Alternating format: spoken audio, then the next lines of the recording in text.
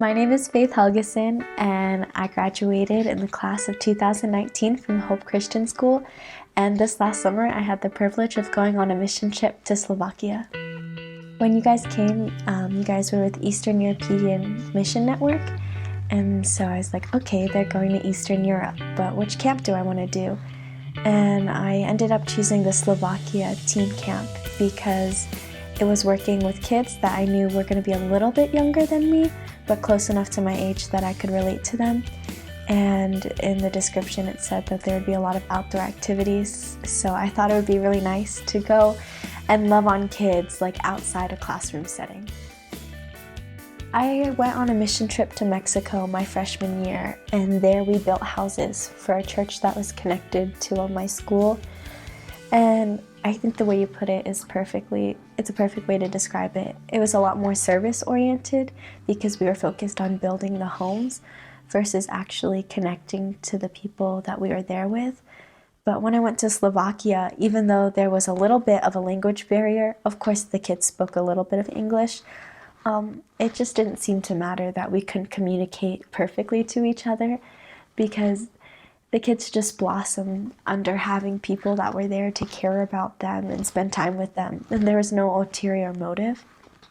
And even after the camp had ended, I found myself keeping in contact with a few of the girls. And I just loved my small group so much that, when I signed up for the mission trip, I never would have viewed myself going back. But I miss them and I want to see them again.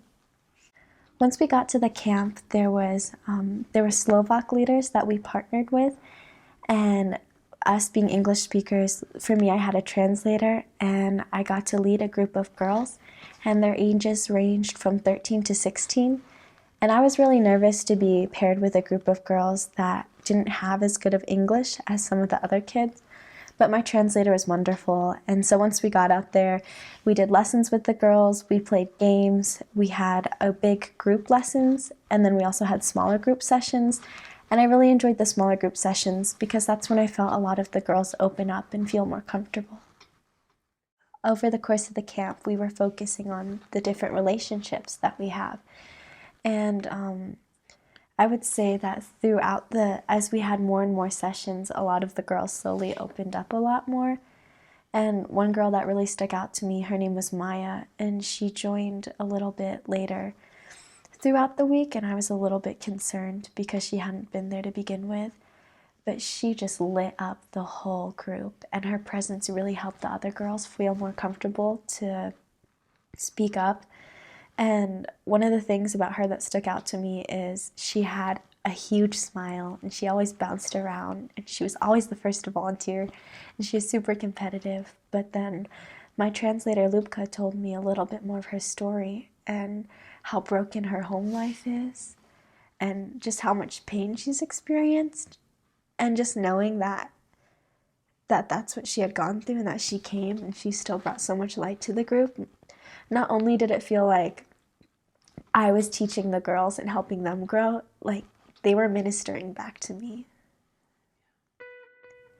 I think removing yourself from every factor that distracts you at home and going out and you're there for one reason and one reason only, and it's to do God's work, and it's to love on these kids.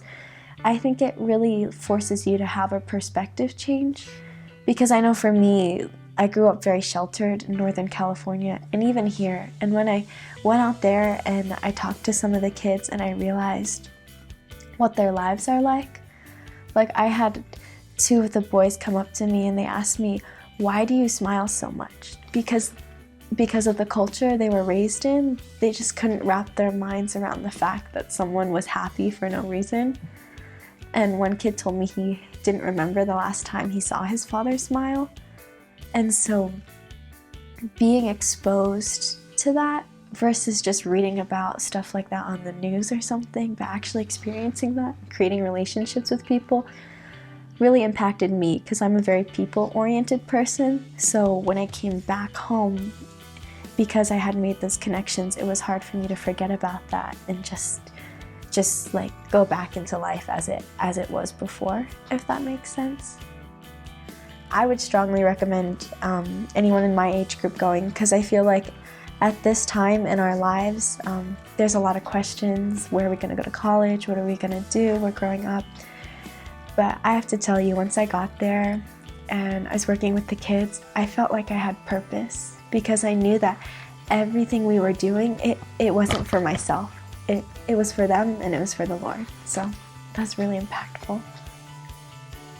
I'd just like to say that I think a lot of people our age are really caught up in the idea of traveling, and everybody wants cool pictures for their Instagram feed, and everybody wants to make it look like they're well cultured.